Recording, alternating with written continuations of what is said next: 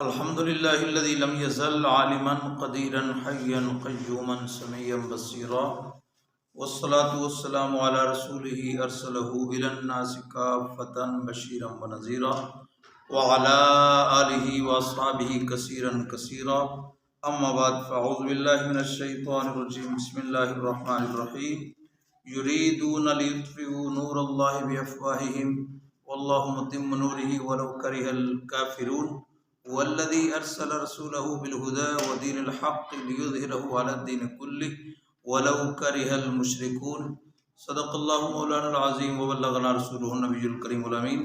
بڑی محبت ادب و احترام کے ساتھ درود پاک کا نذرانہ پیش فرمائیں۔ الصلاۃ والسلام علیک یا سیدی یا رسول اللہ وعلی آلک و اصحابک یا سیدی یا حبیب اللہ۔ عزیزان گرامی قدر، حاضرین و ناظرین و سامعین، بزرگ دوستو، آج جس عنوان پہ میں بات کرنا چاہتا ہوں بڑا اہم اور ضروری عنوان ہے اور بڑا مشہور ہے۔ ایک نام، ایک لفظ بولا جاتا ہے، اسلام فوبیا۔ تو آج کے عنوان میں یہ بتانا ہے کہ اسلام فوبیا ہے کیا چیز، اس کا مقصد کیا ہے، اس کا مفہوم کیا ہے، اس کا ذکر کہاں ہے، قرآن پاک میں بھی اس کا ذکر ہے یا نہیں ہے، احادیث مبارکہ میں یہ کیا چیز ہے، مفہوم اور ترجمہ سماعت فرمایا۔ اس کے بعد قرآن کریم سے جو آیت مبارکہ میں پڑھی ہے اس سے اس بات کی وضاحت کریں گے کہ اسلام فوبیا کا ذکر اللہ رب العزت نے قرآن پاک میں کس انداز میں بیان فرمایا۔ تو اسلام فوبیا یہ دو لفظوں سے مرکب ہے، دو لفظ ہیں، ایک اسلام ایک فوبیا۔ یہ دو الگ الگ لفظ ہیں، ان دونوں کا جب معنی پتہ چل جائے گا تو اس کا مفہوم بالکل آسانی کے ساتھ واضح ہو جائے گا۔ علماء کرام بیان فرماتے ہیں کہ اسلام، اسلم یسلم و اسلام، یہ مصدر ہے، یہ عربی زبان کا لفظ ہے اور اس کا عام فہم معنی کیا ہے، امن اور سلامتی۔ اور فوبیا یونانی زبان کا لفظ ہے اور اس کا معنی کیا ہے، کسی چیز، کسی جگہ، کسی صورتحال سے غیر معمولی خوف آنا۔ آسان لفظوں میں یہ کہیں کہ جب آدمی کسی چیز سے بلا وجہ انتہائی زیادہ خطرہ محسوس کرے، اس سے فوبیا کہتے ہیں۔ تو اب اسلام فوبیا کا مطلب یہ ہوا، اس کا معنی یہ ہوا کہ اسلام فوبیا اس تحریک کو کہتے ہیں جس کا مقصد اسلام اور مسلمانوں کے بارے میں خوف، تعصب، دشمنی اور منفی جذبات پیدا کرے۔ یہ لفظ تو بہت زیادہ پرانا ہے، بڑا پرانا ہے، جس کا ذکر اللہ رب العزت نے قرآن پاک میں بیان فرمایا۔ لیکن 11 ستمبر 2001 میں جب امریکہ کے ورلڈ ٹریڈ سینٹر پہ ڈرامائی حملہ ہوا تو اس کے بعد یہ لفظ بہت زیادہ استعمال ہونے لگا۔ 9/11 کے بعد دشمنان اسلام کے منصوبہ سازوں نے، تھنک ٹینکس نے دنیا کو باور کرایا کہ اسلام، مسلمان، حجاب، داڑھی، مدرسہ، مسجد، یہ سارے چیزیں اس نے یہ ظاہر کروایا کہ یہ خوف اور دہشت کی علامتیں ہیں۔ اسلام فوبیا کو فروغ دینے کی وجہ، خاص طور پہ آج کل تو لوگ سمجھتے ہیں کہ اسلام ذرائع ابلاغ کے ذریعے بہت زیادہ پھیلتا جا رہا ہے، سوشل میڈیا کے ذریعے اور بقیہ جو ذرائع ہیں ان کے ذریعے اسلام دن بدن بڑھتا جا رہا ہے۔ تو یہ جو اسلام و فوبیا ہے، یعنی اسلام کو مٹانے والی جو تحریک ہے، اسلام کے مخالف، جو اسلام کے دشمن جو ہیں، ان کو یہ خطرہ محسوس ہونے لگا کہ اگر اسی طرح اسلام پھیلتا گیا، لوگوں کے دلوں میں اسلام کی محبت پیدا ہو جائے گی، لوگ مسلمان ہونا شروع ہو جائیں گے۔ جب لوگ مسلمان ہونا شروع ہو جائیں گے تو یہ تو ایک دن ایسا آئے گا کہ پوری دنیا میں سب سے بڑا مذہب جو ہے وہ اسلام بن جائے گا۔ تو لہٰذا اس کے لیے کچھ نہ کچھ کرنا چاہیے۔ تو اس کے لیے انہوں نے جو کوشش کی ہے، اسلام کو مٹانے کے لیے انہوں نے جو کوشش کی ہے، بس اسی کوشش کو اسلام فوبیا کہتے ہیں۔ اسلام فوبیا ہی کی کوشش ہے۔ کبھی تو قرآن پاک کی توہین ہوتی ہے، کبھی نبی پاک صلی اللہ تعالیٰ علیہ وسلم کی توہین ہوتی ہے۔ قرآن پاک کی توہین کے لیے جس طرح مختلف یورپی ممالک میں قرآن پاک کو جلایا گیا، قرآن پاک کی توہین کی گئی، اسی طرح تسلسل کے ساتھ کبھی ہالینڈ گستاخی رسول کرتا ہے، کبھی فرانس گستاخی رسول کرتا ہے، کبھی کوئی ملک کرتا ہے، کبھی کوئی ملک کرتا ہے۔ تو یہ کیا وجہ ہے؟ اس کی صرف اور صرف وہی وجہ اسلاموفوبیا ہے، یعنی اسلام دشمنی ہے۔ اور مسلمانوں کے خلاف سوشل میڈیا پر کارٹون چلائے جاتے ہیں تاکہ لوگوں کے دلوں میں اسلام کی محبت پیدا نہ ہو بلکہ اسلام اور مسلمان سے نفرت پیدا ہو۔ کچھ دن پہلے نیوزی لینڈ کے اندر مسجد کے اندر، جامع مسجد کے اندر جمعے کے دن جمعہ کی نماز کے دوران ایک عیسائی جو ہے اس نے حملہ کیا، اندر گیا، اس نے فائرنگ کی، جس کے نتیجہ میں تقریباً 50 سے زائد افراد جو ہیں وہ شہید ہو گئے۔ تو یہ کیا تھا؟ اس نے یہ کیوں کیا؟ اسلام کے ساتھ نفرت کی وجہ سے۔ اسی طرح ایک کینیڈا کے اندر ایک نوجوان جو ہے وہ جو اسلام سے نفرت کرتا تھا، کافر ہے، اس نے دیکھا مسلمان موجود ہیں، 3-4 مسلمان موجود ہیں، بیٹھے ہیں، یہ لیٹے ہیں، تو اس نے بس صرف اس نفرت کی وجہ سے، اسلام کی نفرت کی وجہ سے اس نے ان کے اوپر ٹرک چڑھا دیا اور ان کو شہید کر دیا۔ فرانسیسی حکومت نے حجاب کے اوپر پابندی لگا دی ہے، کوئی عورت اور مسلمان اگر حجاب پہنتی ہے تو اس کے اوپر جرمانہ لگ جاتا ہے۔ بھارت کے اندر منظم طریقے سے نسل کشی کی جا رہی ہے مسلمانوں کی۔ تو یہ ساری باتیں اسلاموفوبیا کی ہیں، تو یہ آج کی نہیں ہے۔ قرآن پاک کا اگر غور کیا جائے، مطالعہ کیا جائے، جو آیت مبارکہ میں نے پڑھی ہے، اللہ رب العزت فرماتا ہے یریدون لیطفئوا نور اللہ بافواہہم، یہ لوگ چاہتے ہیں، یہ کافر لوگ جو چاہتے ہیں، یریدون یہ چاہتے ہیں، لیطفئوا نور اللہ کہ اللہ کے نور کو بجھا دیں، بافواہہم اپنے پھونکوں سے۔ یہ اللہ کے نور کو، اللہ کے دین کو اپنے پھونکوں سے، اپنے منہوں سے بجھانا چاہتے ہیں۔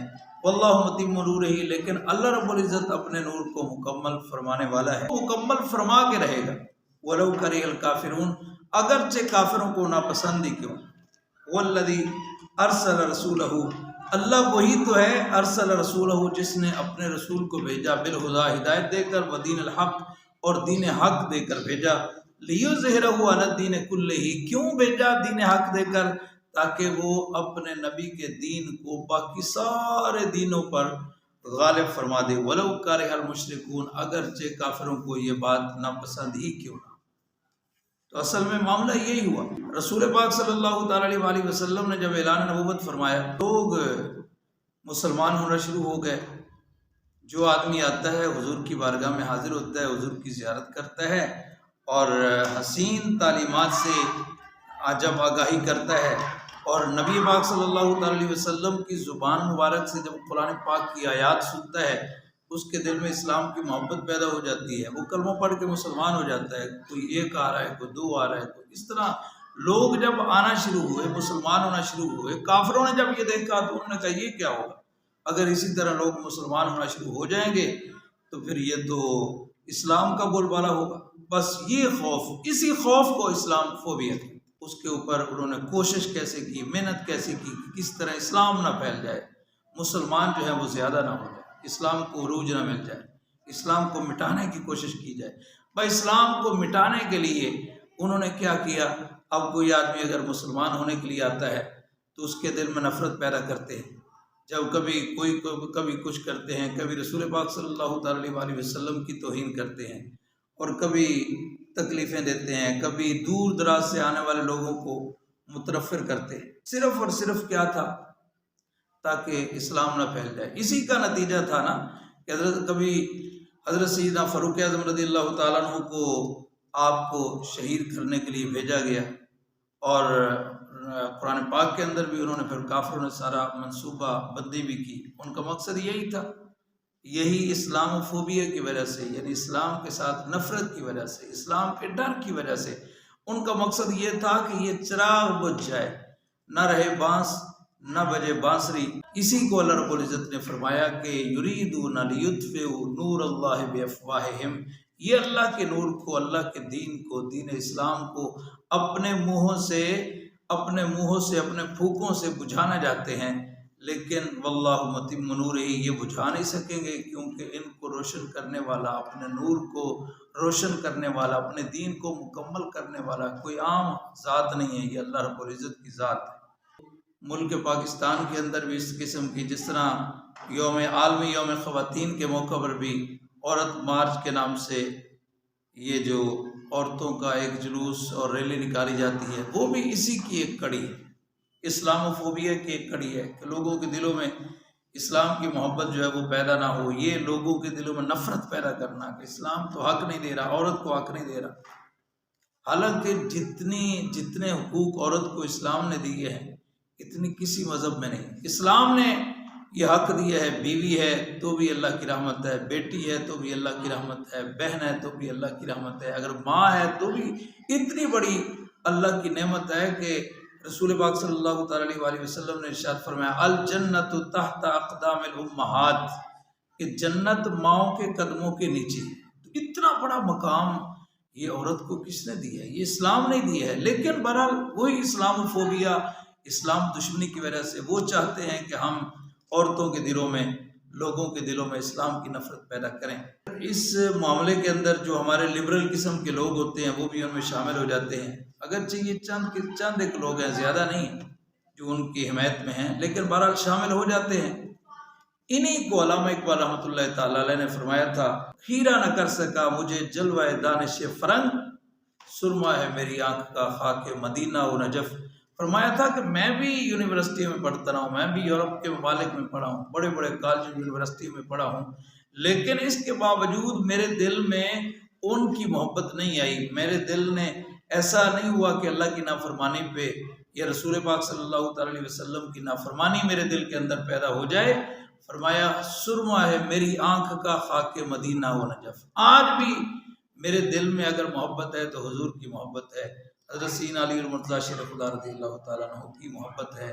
ہمارے جو جنریشن ہیں، ہمارے جو نوجوان ہیں، تعلیم پڑھنے والے ہیں یورپ کے اداروں میں یا مسلمانوں کے اداروں میں، بڑے بڑے یونیورسٹیوں میں، ان کو علامہ اقبال رحمۃ اللہ تعالیٰ علیہ نے یہی فرمایا کہ جتنی مرضی تعلیم پڑھ جائیں لیکن ایسا ماحول نہ پیدا ہو جائے کہ تم اللہ رسول کے نافرمان ہو جاؤ۔ اسلام فوبیا ہی کا نتیجہ ہے، تو ہمارا عدالتی نظام اسلام کے مطابق ہے، نہ ہمارا معاشی نظام اسلام کے مطابق ہے، نہ ہماری قومی پالیسیاں جو ہیں وہ اسلام کے مطابق ہیں، بلکہ حد تو یہ ہے کہ لوگ احکام اسلام پر عمل کرنے والے جو لوگ ہوتے ہیں ان کو یہ دنیا دار دقیانوس کہتے ہیں، مثلا پردہ داری کو یا اس قسم کی عزت شرم و حیا کی باتوں کو یہ دقیانوسی کہتے ہیں۔ یہ ساری اسلام فوبیا کا نتیجہ ہے۔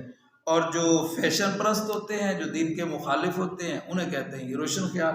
ساری کوشش جو ہے یہ اسلام فوبیا کی ہے، اسلام دشمن قوتوں کی ہے۔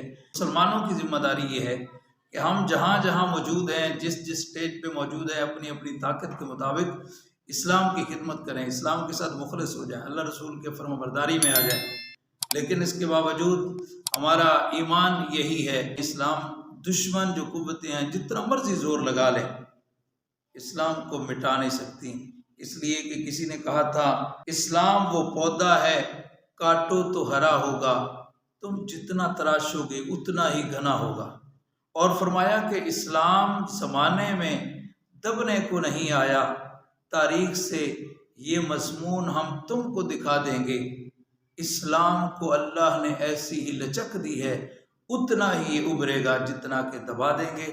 دعا کریں اللہ رب العزت ہمارے دلوں میں اسلام کی محبت نصیب فرمائے، نبی پاک صلی اللہ تعالیٰ علیہ وسلم کی محبت و غلامی نصیب فرمائے، اور جو بھی اسلام دشمن طاقتیں ہیں اللہ رب العزت ان کے ناپاک ارادے خاک میں ملائے۔